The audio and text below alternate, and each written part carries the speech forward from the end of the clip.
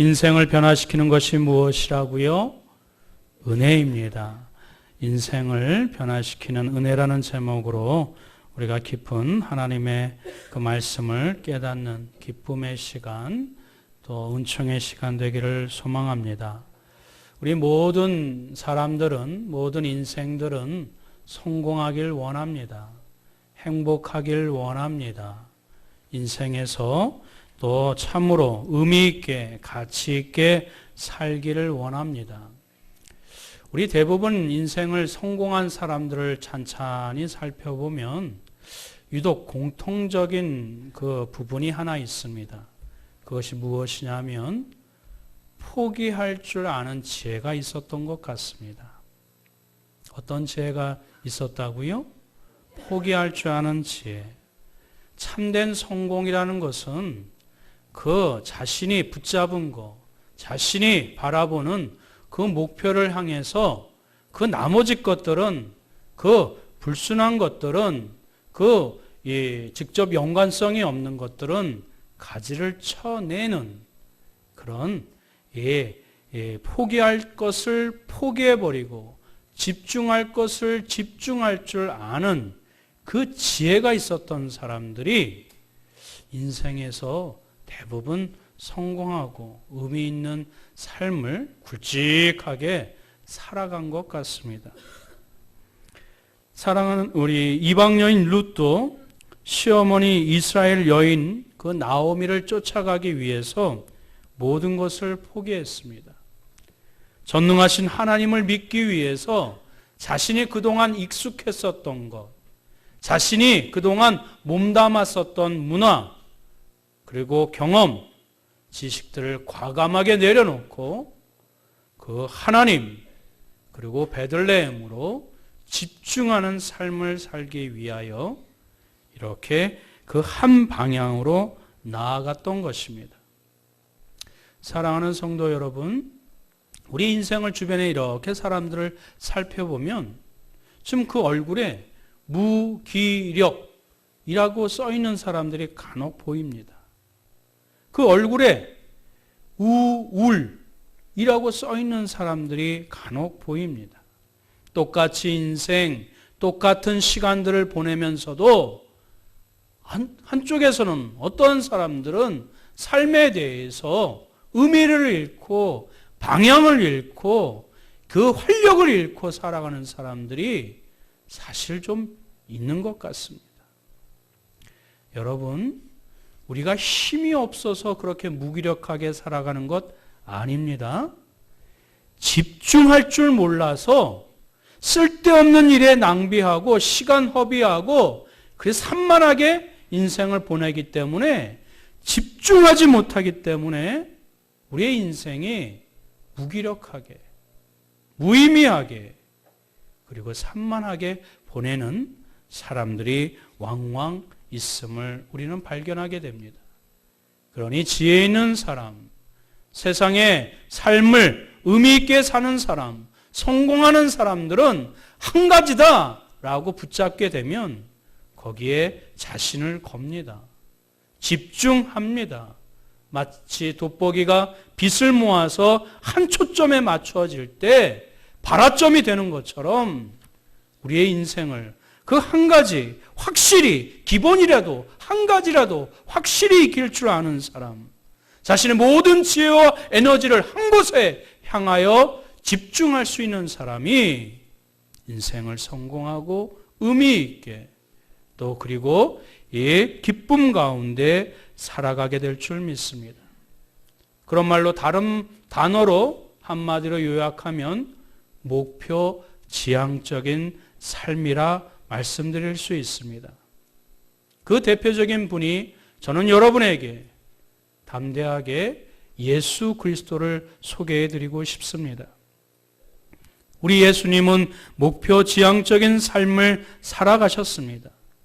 그런 까닭에 시간을 낭비하지 않았고 그 목적을 성취하는데 자신의 모든 에너지와 모든 힘의 중심을 그곳에 온전히 쏟아 부으셨고, 그리고 그 나머지는 다 과감히 포기하셨던 삶, 집중하셨던 삶, 그리고 자신이 인생의 그 의미를 되찾고 그리고 그 소명과 사명 가운데 자신을 불태웠었던 분, 바로 예수 그리스도이십니다. 예수님은 이 땅에 오신 이유를 요한복음 10장 10절에 말씀해 주고 있습니다. 우리 다 같이 함께 읽겠습니다. 시작. 양으로 생명을 얻게 하고 더 풍성히 얻게 하려는 것. 예수님이 이 땅에 오신 목적이 무엇이라고요? 자기가 잘 먹고 잘 사는 것이라고 말씀해 주고 있습니까? 누구로? 양으로. 양이 누구입니까? 바로 우리들입니다. 하나님의 택함을 받은, 하나님을 믿는 모든 하나님의 택한 자녀들을 생명을 얻게 하고 더 풍성히 얻게 하는데 예수 그리스도가 초점을 가지고 그의 짧은 인생을 불태우셨던, 기꺼이 내어놓으셨던 분이 예수 그리스도이십니다. 그런데 여러분, 한 가지 우리가 간과해서는 안 되는 중요한 영적인 원리가 있습니다. 아니, 상식이며 진리이며 우주의 원리입니다. 누군가 무엇을 얻었다 하면 누군가 무엇을 잃어버린 것입니다. 누군가 무엇을 획득했다 하면 누군가 그것을 준 사람이 있다라는 것을 반드시 기억해야 하는 것입니다. 이 사회와 현생 가운데서도 잉여 가치가 있다라는 것, 누군가 그것을 이렇게 그 가치를 내어놓았고 아니면 반대로 빼앗겼든지 그러므로 말미암아 사회는 돌아가게 형성되어 있습니다. 영적인 원리도 마찬가지입니다.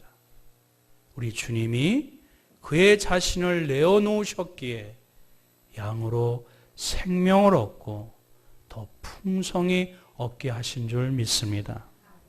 모압 여인 룻의 생애도 마찬가지였습니다. 룻이 나오미를 따라 베들레헴에 온 것은 시어머니를 섬기기 위함이었습니다.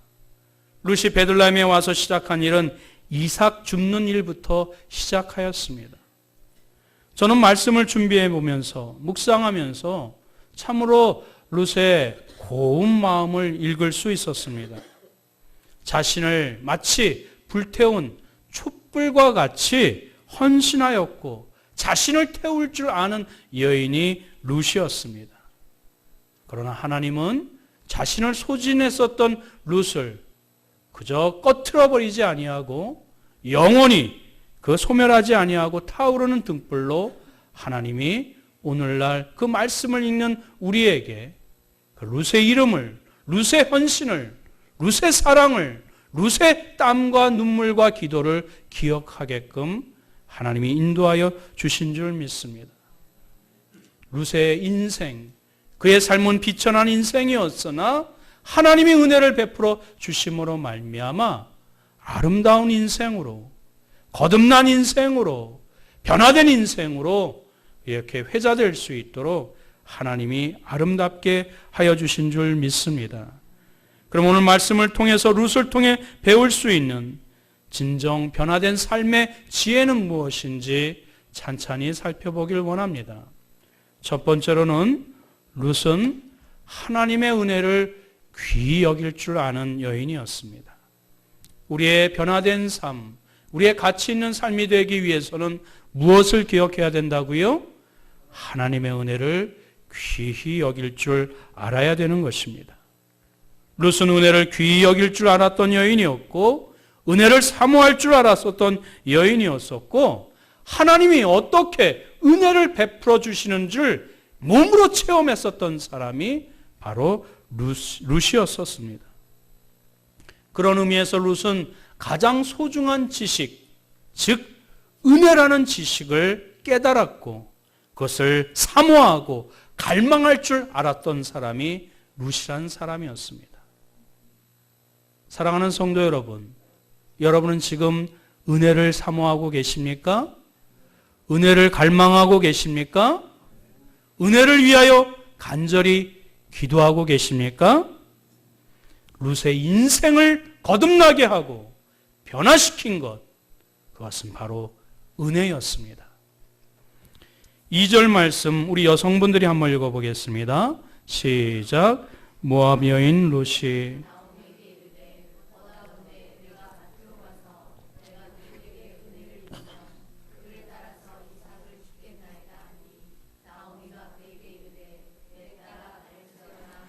아멘. 이 말씀 중에 가장 중요한 단어는 은혜입니다. 은혜라는 것은 전혀 받을 자격이 없는 사람에게 임하시는 하나님의 긍휼하심이 바로 은혜입니다. 사랑하는 성도 여러분, 우리의 인생에는 우리가 갖고 있는 젊음, 건강, 지식, 돈으로 다 되지 않습니다. 인정하십니까? 하나님이 도와주셔야만 인생에서 승리할 수 있음을 여러분 믿으십니까? 룻이 그것을 깨달았습니다. 잘생긴 남편 만나면, 사랑하는 남편 만나면, 둘이 짝짝꿍이 되어서 으쌰으쌰 열심히 살면 내노라하게 떵떵거리며 살 줄 알았는데, 좀 번듯한 집안, 저 이스라엘 땅에서 이민 온 이 가문에 이렇게 결혼만 하면 잘 먹고 잘 살 줄 알았는데 뜻대로 되지 않았습니다. 남편이 죽습니다. 시동생들이 죽습니다. 시아버지가 돌아가십니다. 한 집안이 몰락합니다. 그리고 어떻게 오갈 데 없어서 삶의 그 길을, 희망을 잃고 그 바닥을 칩니다. 인생이 내 노력으로만, 내 계획으로만, 내 힘으로만 되지 않음을 뼈저리게 체험했었던 여인 룻이었습니다. 그래서 하나님을, 그 나오미가 섬기는 그 하나님, 창조주 하나님, 인생을 주관하여 주시는 그 전능자 하나님, 그리고 은혜를 베풀 줄 아시는 그 하나님을 귀로 듣는 말씀을 통해서 사모하게 되었고, 자신의 모든 것을 내어 던지고 그 은혜 베풀어 주시는 하나님을 향하여 그 나오미를 쫓아 이스라엘 땅으로, 그 아무도 알지 못하는, 아무도 이렇게 연관성이 없는 곳으로 롯은 그 방향을 틀고 자신의 전부를 걸고 하나님을 향하여, 하나님을 알기 위하여, 하나님의 은혜를 체험하기 위하여 그의 삶의 방향을 이렇게 완전히 바꿨던 것입니다. 룻과 나오미의 인생을 취한 것은 하나님의 은혜였음을 그 뒤 말씀을 통해서 우리는 발견하게 됩니다. 그동안 인생에 대해서, 삶의 상처에 대해서 그것을 취하신 분은 하나님의 은혜였음을 이 룻기를 통해서 우리에게 그것을 간증해 주고 있습니다. 사랑하는 성도 여러분, 우리의 심령도 하나님의 은혜가 풍성하게 될 때 우리가 활력을 얻고 삶의 소망을 가지고 힘있게 살아가는 줄 믿습니다. 우리의 가정도 하나님의 은혜가 머금어야 우리의 가정이 행복하게 되는 줄 믿습니다. 우리의 교회도, 성도들도 은혜가 충만해야 진정 건강한 교회요, 축복된 교회요, 형통하는 교회요, 부흥케 될 줄 믿습니다. 은혜가 치유되고, 은혜가 열정을 회복하고, 은혜가 서로를 용납하고 사랑케 하는 영적인 밀집력을 갖고 있는 그 접착제가 바로 하나님의 은혜라는 것을 우리는 한순간도 잊어서는 안 될 것입니다. 우리에게 지금 당장 필요한 것은 물질도 아니요, 건강도 아니요, 가장 절실히 사모해야 될 것, 하나님의 은혜인 것입니다. 룻은 그 하나님의 은혜를 사모할 줄 아는 여인, 갈망할 줄 아는 여인, 그것을 귀하게 여길 줄 아는 여인을 통해서 인생의 터닝 포인트, 참으로 변화된 삶의 모습으로, 회복의 삶의 모습으로, 활력 있는 삶의 모습으로, 축복된 삶의 모습으로 하나님께서 그의 첫걸음을 인도하여 주신 줄 믿습니다. 두 번째 변화된 삶, 그것을 위해서 우리가 기억해야 될 것은 지금 주어진 일에 우리는 최선을 다해야 된다는 것입니다. 하나님의 은혜는 게으르고 나태한 사람에게는 임하지 않습니다. 동의하십니까?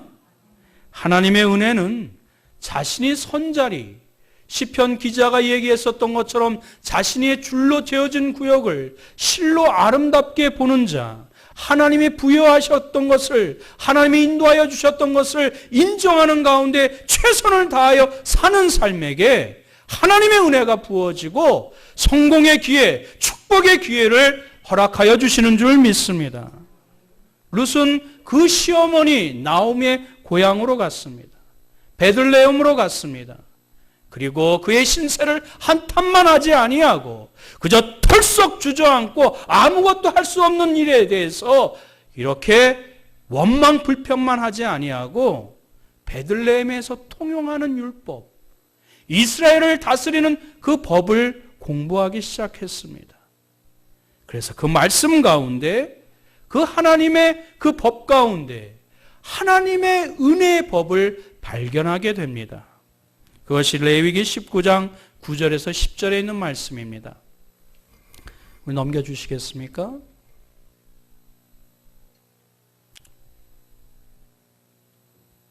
레위기 19장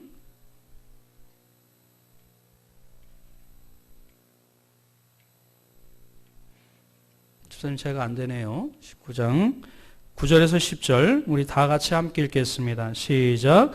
너희가 너희의 땅에서 곡식을 거둘 때에 너는 밭 모퉁이에서 다 거두지 말고 내 떨어진 이삭도 줍지 말고 내 포도원의 열매를 다 따지 말며 내 포도원에 떨어진 열매도 줍지 말고 가난한 사람과 거류민을 위하여 버려두라. 나는 너희의 하나님 여호와니라. 할렐루야.